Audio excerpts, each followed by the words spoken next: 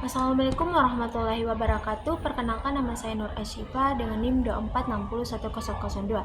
Di sini saya akan mempresentasikan atau memaparkan sebuah materi tentang pasar bebas, yang dimana dilatar belakangi dengan perdagangan bebas itu memang telah menciptakan beberapa mekanisme melalui lalu lintas barang dan jasa yang bebas dari hambatan, sehingga produk yang dihasilkan dan diedarkan yang ada di pasar itu, terutama pada pasar ekspor itu akan menjadi perhatian dan kepentingan bagi setiap konsumen yang memiliki negara yang tujuannya itu untuk mengekspor suatu barang. Jadi sehingga perilaku pasar akan menentukan kriteria produk, barang dan jasa yang akan dipasarkan. Nah, dari itu muncullah kesenjangan kesadaran dan intelektualitas antara bangsa di negara maju dan di negara yang berkembang, di mana dalam hal ini akan menjadi salah satu hambatan hubungan dalam berbisnis sebagai secara timbal balik. Nah, dalam negara maju, konsumen itu sangat selektif terhadap barang dan jasa yang sangat yang ingin dibelinya. Banyak beberapa kriteria yang harus dipenuhi, seperti masalah produk bersahabat dengan lingkungan. Dewasa ini telah muncul beberapa konsumen global yang memiliki ciri bahwa mereka itu tidak hanya membutuhkan sebuah produk, tetapi barang yang akan mereka konsumsi itu juga menanyakan bagaimana produk ini dibuat. Terdapat juga beberapa aspek pokok, terutama itu adalah apakah barang itu bisa merusak lingkungan, dan apakah barang ini bisa menguras atau mengurangi persediaan sumber daya, serta apakah dapat menimbulkan pencemaran dan macam-macam pertanyaan yang lainnya. Nah, dari masalah ini bisa membuat ke atas, maka lahirlah istilah environmentally friendly product. Sekarang kita masuk ke bagian definisi dari pasar bebas secara ekonomi, yang dimana dalam perdagangan bebas itu merupakan suatu kegiatan jual beli produk antara negara tanpa adanya kerumitan aturan atau birokrasi yang dapat mengatur perdagangan bebas itu dalam suatu negara. Nah, sehingga suatu negara atau perusahaan atau bahkan perorangan itu sekalipun dapat menjual produk yang diciptakannya ke luar negeri. Begitu pula dengan sebaliknya, dengan negara lain pun dapat menjual produknya ke dalam negeri, sehingga konsumen dapat mendapatkan barang-barang kualitas internasional dengan sangat mudah. Dan ada beberapa ciri-cirinya, yaitu yang pertama itu ada perdagangan tanpa jejak, yang dimana ada pembatasan perdagangan lain seperti kuota impor atau subsidi untuk produsen, yang dimana proses jual beli tersebut itu hanya akan dilakukan tanpa dikenai pajak pada pemerintah. Yang kedua itu ada perdagangan layanan tanpa pajak atau pembatasan terhadap perdagangan yang lain, yang dimana dalam hal ini hampir sama dengan poin pertama, yang dimana dia akan tetapi di sini dia tidak ada ketentuan pajak yang khususnya yang dikenakan kepada produsen. Juga tidak ada pembatasan perdagangan yang lainnya. Yang ketiga itu ada ketiadaan dasar-dasar atau pemutar belit dalam perdagangan, yang seperti pajak, subsidi, peraturan atau hukum, yang dimana dapat memberikan kelebihan kepada sejumlah kecil perusahaan seperti isi rumah atau faktor-faktor produksi yang lainnya. Baik, sekarang kita masuk ke bagian dasar filosofis dan ideologinya, yang dimana pasar bebas secara filosofis itu merupakan pasar bebas yang berpijak pada gagasan bahwa manusia adalah makhluk yang bebas, yang memiliki hak alamiah untuk berdagang, bekerja, dan memiliki properti. Nah, konsep seperti ini mungkin lebih erat kaitannya dengan liberalisme klasik, yang dimana meningkatkan tentang kebebasan individu tanpa adanya campur tangan pemerintah atau negara, yang dimana dalam hal ini ada tokoh yaitu Adam Smith yang memperkenalkan dengan konsep invisible hand, yakni mekanisme pasar yang secara alami akan menciptakan keseimbangan ketika setiap individu ini mengejar kepentingan pribadinya, yang dimana dalam pandangan ini peran negara hanya sebatas pengatur sebagai keamanan, hukum, dan perlindungan hak milik. Dimana dari filosofi pasar bebas ini dirangkum melalui 3 poin utama, yaitu yang pertama ada kebebasan individu, yang dimana kebebasan kebebasan individu ini ialah setiap orang bebas melakukan kegiatan ekonomi. Yang kedua itu ada hak milik pribadi, yang dimana kepemilikan pribadi itu dianggap sebagai dasar untuk kemakmuran. Yang ketiga itu ada persaingan, yang dimana ini merupakan kompetisi yang dianggap sebagai motor inovasi atau efisiensi. Sedangkan pasar bebas sebagai ideologi merupakan pasar yang berakar pada kapitalismenya dan liberalisme ekonomi, yang dimana dalam ideologi ini memandang kebebasan pasar dan nilai hak milik sebagai nilai utama dalam kehidupan ekonomi itu memiliki beberapa nilai-nilai, yakni yang pertama itu ada individualisme, yang dimana individualisme ini adalah menempatkan individu sebagai aktor utama dalam ekonomi. Yang kedua itu ada persaingan bebas, yang dimana dalam hal ini diyakini bahwa mampu untuk menghasilkan inovasi dan efisiensi. Dan yang ketiga itu ada peran minimalnya negara, yang dimana dalam hal ini pemerintah tidak boleh mengatur terlalu banyak, yang dimana dia itu hanya menjaga stabilitas hukum dan keamanan. Namun dalam ideologi ini tidak lepas dari kritik khususnya dari aliran sosialisme dan marxisme, karena modal dan kekuasaan ekonomi itu biasanya cenderung terpusat pada salah satu kelompok. Kemudian kita masuk ke bagian sejarah singkat perkembangan dalam pasar bebas, yang dimana yang pertama itu ada zaman praklasik, yang dimana dalam ini membahas pada era feodalisme dan merkantilisme yang terjadi di Eropa, yang dimana ekonomi ini sangat dikontrol oleh penguasa. Perdagangan ini diatur ketat dan negara itu hanya berfokus pada akumulasi logam mulia.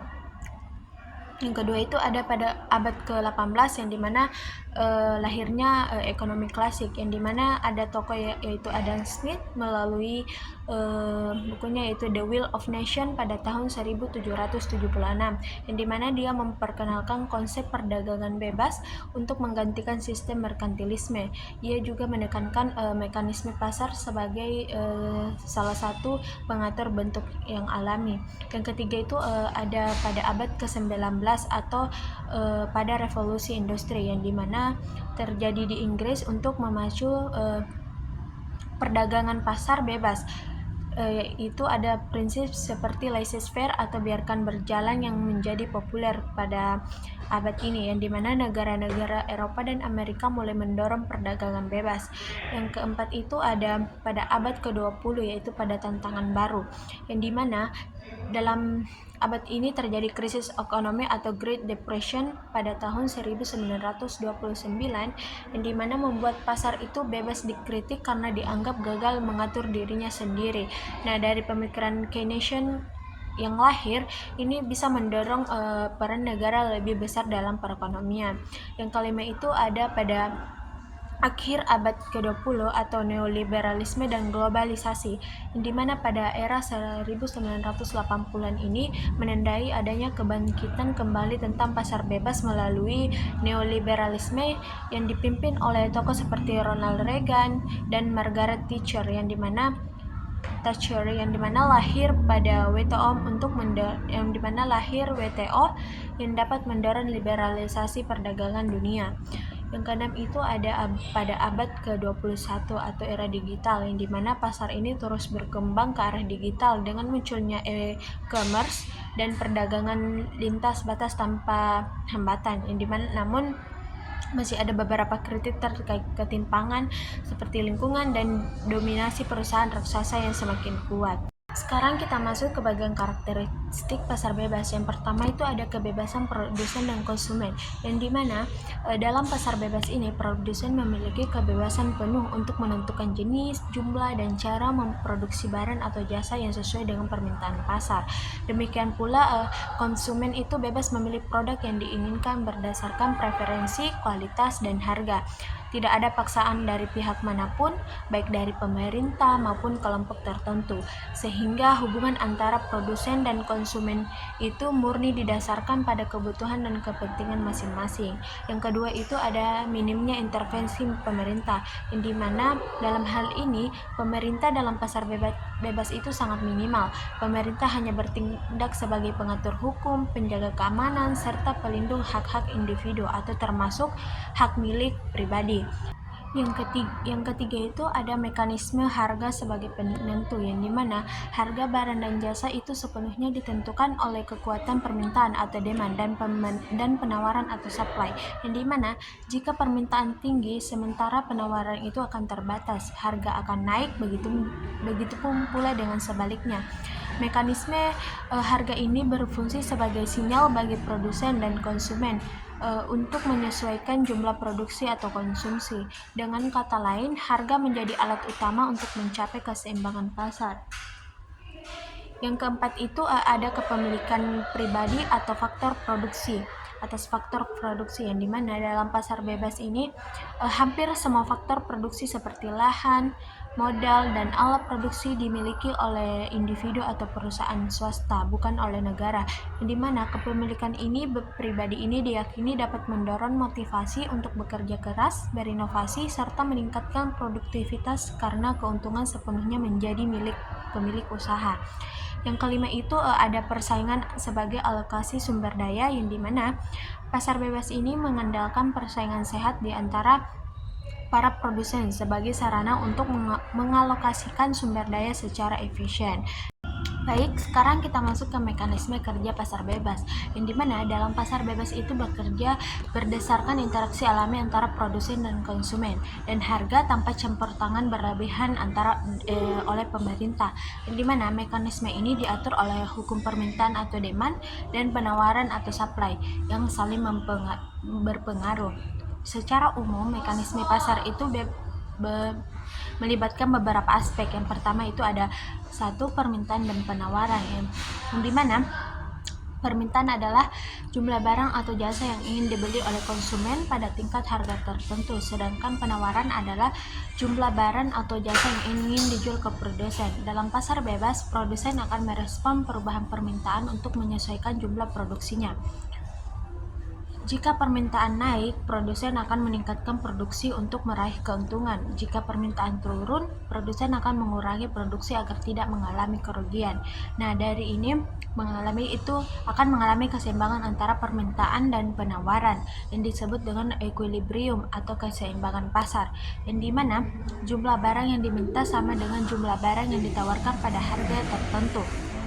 Yang kedua itu ada proses terbentuknya harga, yang dimana harga yang ada di pasar bebas itu ditentukan oleh kekuatan permintaan dan penawaran, bukan oleh pemerintah.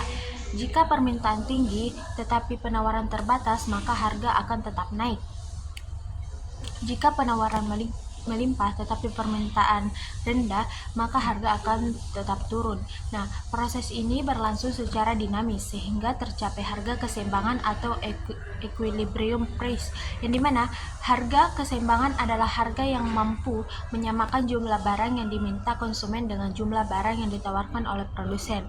Yang ketiga itu ada alokasi sumber daya dalam sistem pasar bebas, yang dimana sumber daya dalam pasar bebas ini dialokasikan secara efisien melalui mekanisme harga dan persaingan. Produsen akan memusatkan sumber daya seperti modal, tenaga kerja, dan bahan baku itu untuk memproduksi barang atau jasa yang paling dibutuhkan oleh masyarakat. Nah, barang yang tidak diminati akan otomatis ditinggalkan karena tidak menguntungkan. Nah, dalam hal ini dapat menimbulkan persaingan yang dapat memaksa produsen untuk mencari cara yang paling efisien dalam memanfaatkan sumber dayanya. Dengan demikian, pasar bebas secara alami dapat mendorong distribusi sumber daya ke sektor-sektor untuk menghasilkan keuntungan dan memenuhi kebutuhan konsumen. Sekarang kita masuk ke kelebihan dan kekurangan pasar bebas, di mana yang pertama itu ada kelebihan pasar bebas. Yang pertama dari efisiensi ekonominya, yaitu dalam pasar bebas mekanisme harga dapat mendorong produsen untuk menggunakan sumber daya yang seefisien mungkin, yang dimana produsen yang boros itu tidak akan mampu memproduksi dengan biaya yang rendah, akan kalah dengan persaingan. Dari efisiensi ini maka akan terjadi produsen yang selalu berusaha meminimalkan biaya untuk menawarkan harga terbaik yang sesuai dengan permintaan konsumen. Yang kedua itu ada inovasi dan kompetisi, yang dimana persaingan antara produsen dapat menciptakan dorongan untuk berinovasi dalam teknologi, kualitas produk, dan layanan, yang dimana setiap perusahaan itu dapat berlomba menghadirkan produk dengan nilai lebih agar dapat menarik konsumen. Nah, akibatnya masyarakat diuntungkan dengan munculnya produk-produk berkualitas tinggi dengan harga yang lebih kompetitif. Yang ketiga itu ada pasar bebas yang dapat memberikan kesempatan bagi siapa saja, termasuk individu maupun perusahaan baru, untuk masuk dan bersaing di pasar. Tidak ada hambatan yang lebih signifikan seperti regulasi ketat atau monopoli negara. Hal ini dapat menciptakan peluang ekonomi yang lebih luas bagi masyarakat. Yang kedua itu ada kelemahan dari pasar bebas, yang dimana yang pertama itu ada ketimpangan sosial dan ekonomi, yang dimana pasar bebas cenderung memihak pada pihak yang memiliki modal besar dan teknologi yang lebih maju. Akibatnya, pelaku usaha kecil sulit bersaing dan berpotensi tersingkir dari pasar. Yang kedua itu ada eksploitasi sumber daya, di mana dalam sistem pasar bebas, produsen itu cenderung mengejar keuntungan maksimal tanpa memperhatikan dampak lingkungan. Nah, akibatnya sumber daya alam yang dieksploitasi secara berlebihan itu dapat menyebabkan kerusakan lingkungan seperti deforestasi, pencemaran, dan penurunan kualitas ekosistem. Tanpa regulasi pemerintah, keberlanjutan sumber daya yang sering diabaikan. Yang ketiga itu ada potensi monopoli dan kartel, yang dimana meskipun pasar bebas menekankan persaingan, dalam praktiknya perusahaan besar dapat menguasai pasar dalam bentuk monopoli atau kartel, yang dimana ketika hal ini terjadi, maka harga tidak lagi ditentukan oleh mekanisme pasar murni, tetapi dikendalikan oleh pihak-pihak tertentu untuk meraih keuntungan sebesar-besarnya. Monopoli dan kartel ini dapat merugikan konsumen karena dapat menurunkan kualitas produk dan dapat meningkatkan harga. Sekarang kita masuk ke bagian A, yaitu peran pemerintah dalam pasar bebas, yang dimana yang pertama itu ada fungsi regulasi minimalnya, yang dimana pemerintah tetap memegang kendali dalam membuat regulasi dasar meskipun sifatnya itu minimal. Regulasi ini tidak mengatur langsung harga atau produksi, tetapi berfungsi sebagai rambu-rambu agar pasar tidak berjalan tanpa arah. Misalnya, pemerintahan dapat menetapkan undang-undang terkait kepemilikan hak paten, perlindungan usaha kecil, dan aturan transparansi perdagangan. Dengan adanya regulasi ini, semua pelaku usaha memiliki landasan hukum yang sama dalam bersaing di pasar. Yang kedua itu ada perlindungan terhadap hak konsumen dan lingkungan, yang dimana dalam pasar bebas, konsumen itu lebih berpotensi dirugikan jika produsen hanya fokus pada keuntungan tanpa memperhatikan kualitas atau keamanan produknya. Dimana disinilah peran pemerintah menjadi penting, yaitu melalui pengawasan kualitas, sertifikasi produk, dan undang-undang perlindungan konsumen. Nah, selain itu, pemerintah juga menetapkan kebijakan untuk melindungi lingkungan hidup. Misalnya pembatasan eksploitasi sumber daya alam, pengaturan limbah industri, serta pemberlakuan sanksi bagi perusahaan yang merusak lingkungan. Hal ini penting agar pembangunan ekonomi itu tetap berkelanjutan. Yang ketiga itu ada penegakan hukum dan persaingan sehat, yang dimana pemerintah itu juga bertugas mencegah praktik monopoli, kartel, dan persaingan tidak sehat yang dapat merugikan konsumen melalui lembaga pengawas seperti Komisi Pengawas Persaingan Usaha atau KPPU di Indonesia, yang dimana pemerintah juga ini dapat memastikan bahwa tidak ada perusahaan yang dapat menguasai pasar secara pihak. Penegakan hukum ini dilakukan dengan tegas melalui denda, sanksi administratif, atau pencabutan izin usaha bagi pelaku usaha yang curang. Dengan adanya penguasaan ini, pasar tetap dinamis, kompetitif, dan menguntungkan bagi semua pihak. Sekarang kita masuk ke bagian F, yaitu penerapan dan dampak dari pasar bebas, yang dimana dalam sistem pasar bebas telah banyak diterapkan di berbagai negara dan dapat mempengaruhi dinamika perekonomian global. Dengan adanya globalisasi, konsep pasar bebas ini semakin mendominasi hubungan antar negara melalui perdagangan internasional. Namun, penerapannya ini membawa dampak positif maupun negatif bagi perekonomian termasuk yang ada di Indonesia. Yang pertama itu ada contoh negara dengan sistem pasar bebas, yang dimana ada beberapa negara yang menerapkan prinsip pasar bebas dengan tingkat campur tangan pemerintah yang minimal adalah seperti Amerika Serikat, yang dimana Amerika Serikat ini dikenal sebagai negara dengan sistem ekonomi kapitalis yang sangat menekankan pada kebebasan pasar, yang dimana perusahaan swastanya itu memiliki peran dominan, sementara pemerintah hanya berperan sebagai regulator dalam hal-hal tertentu seperti pajak, perlindungan hak cipta, dan pengawasan perdagangan. Yang kedua itu ada negara Singapura, yang dimana di negara ini berhasil menjadi pusat perdagangan dan keuangan dunia berkat kebijakan pasar bebas, pajak rendah, serta adanya keterbukaan investasi asing. Yang ketiga itu ada Hong Kong, yang dimana Hong Kong ini bahkan beberapa kali dinobatkan sebagai ekonomi paling bebas di dunia karena minimnya regulasi pemerintah dalam aktivitas bisnis dan perdagangan. Nah, negara-negara tersebut itu menunjukkan bahwa penerapan pasar bebas dapat mendorong inovasi, investasi, dan pertumbuhan ekonomi jika didukung oleh sistem hukum yang baik. Yang kedua itu ada globalisasi dan perdagangan internasional, yang dimana pasar bebas sangat erat kaitannya dengan globalisasi, karena konsep ini dapat memungkinkan negara-negara untuk saling berinteraksi dan bertransaksi tanpa hambatan tarif atau kuota perdagangan yang ketat, yang dimana melalui perjanjian bebas seperti ASEAN Free Trade Area atau AFTA, World Trade Organization atau WTO, dan ASEAN China Free Trade Area atau ACFTA, yang dimana barang dan jasa dapat masuk ke pasar internasional dengan biaya yang lebih rendah. Nah, terdapat keterbukaan yang dapat memberikan keuntungan berupa akses pasar yang lebih luas bagi pelaku usaha, peningkatan daya saing produk lokal karena harus bersaing dengan produk luar negeri, adanya kemudahan investasi antar negara yang dapat menciptakan lapangan kerja. Namun, dalam era globalisasi ini dapat menimbulkan beberapa tantangan seperti masuknya produk asing dengan harga murah yang bisa mematikan industri lokal.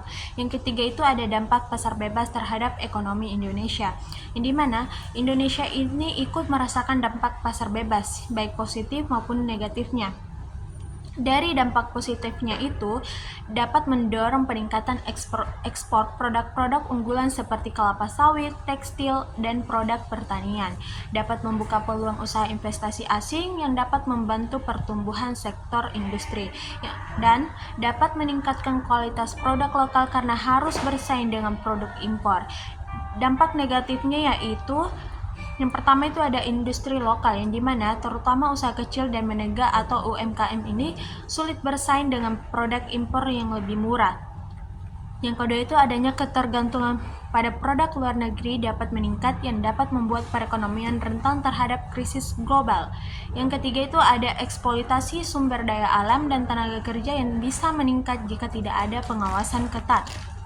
Nah, oleh karena itu, meskipun Indonesia ikut serta dalam pasar bebas global, tetapi pemerintah tetap perlu menjaga keseimbangan dengan menerapkan kebijakan proteksi terbatas untuk melindungi industri lokal. Sekarang kita masuk ke bagian G, yaitu studi kasus. Yang pertama itu ada kebijakan pasar bebas dalam perdagangan, yang dimana salah satu kebijakan nyata terkait pasar bebas adalah perjanjian ASEAN Free Trade Area atau AFTA, yang dimana kebijakan ini dilakukan sejak tahun 1992 untuk menciptakan kawasan perdagangan bebas di antara negara-negara ASEAN. Tujuannya itu untuk menghapus atau menurunkan tarif bea masuk antar negara anggota ASEAN, sehingga barang dapat masuk dengan harga yang lebih kompetitif. Dampak dari AFTA ini adalah di Indonesia misalnya dapat mendapatkan manfaat berupa peningkatan ekspor komoditas seperti minyak kelapa sawit dan produk manufaktur. Namun AFTA ini juga dapat memicu masuknya produk asing dengan harga yang murah yang dapat menjadi tantangan bagi industri lokal. Sekarang kita masuk ke bagian penutup, yaitu kesimpulan, yang dimana pasar bebas adalah sistem ekonomi yang menekankan kebebasan produsen dan konsumen dan dalam melakukan aktivitas ekonomi tanpa campur tangan berlebihan oleh pemerintah.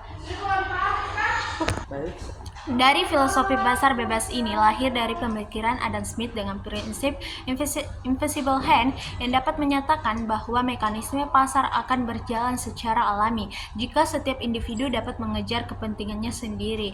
Pasar bebas ini memiliki beberapa karakteristik utama seperti kebebasan produsen dan konsumen, minimnya intervensi pemerintah, harga yang ditentukan oleh mekanisme permintaan dan penawaran, serta kepemilikan pribadi atas faktor produksi.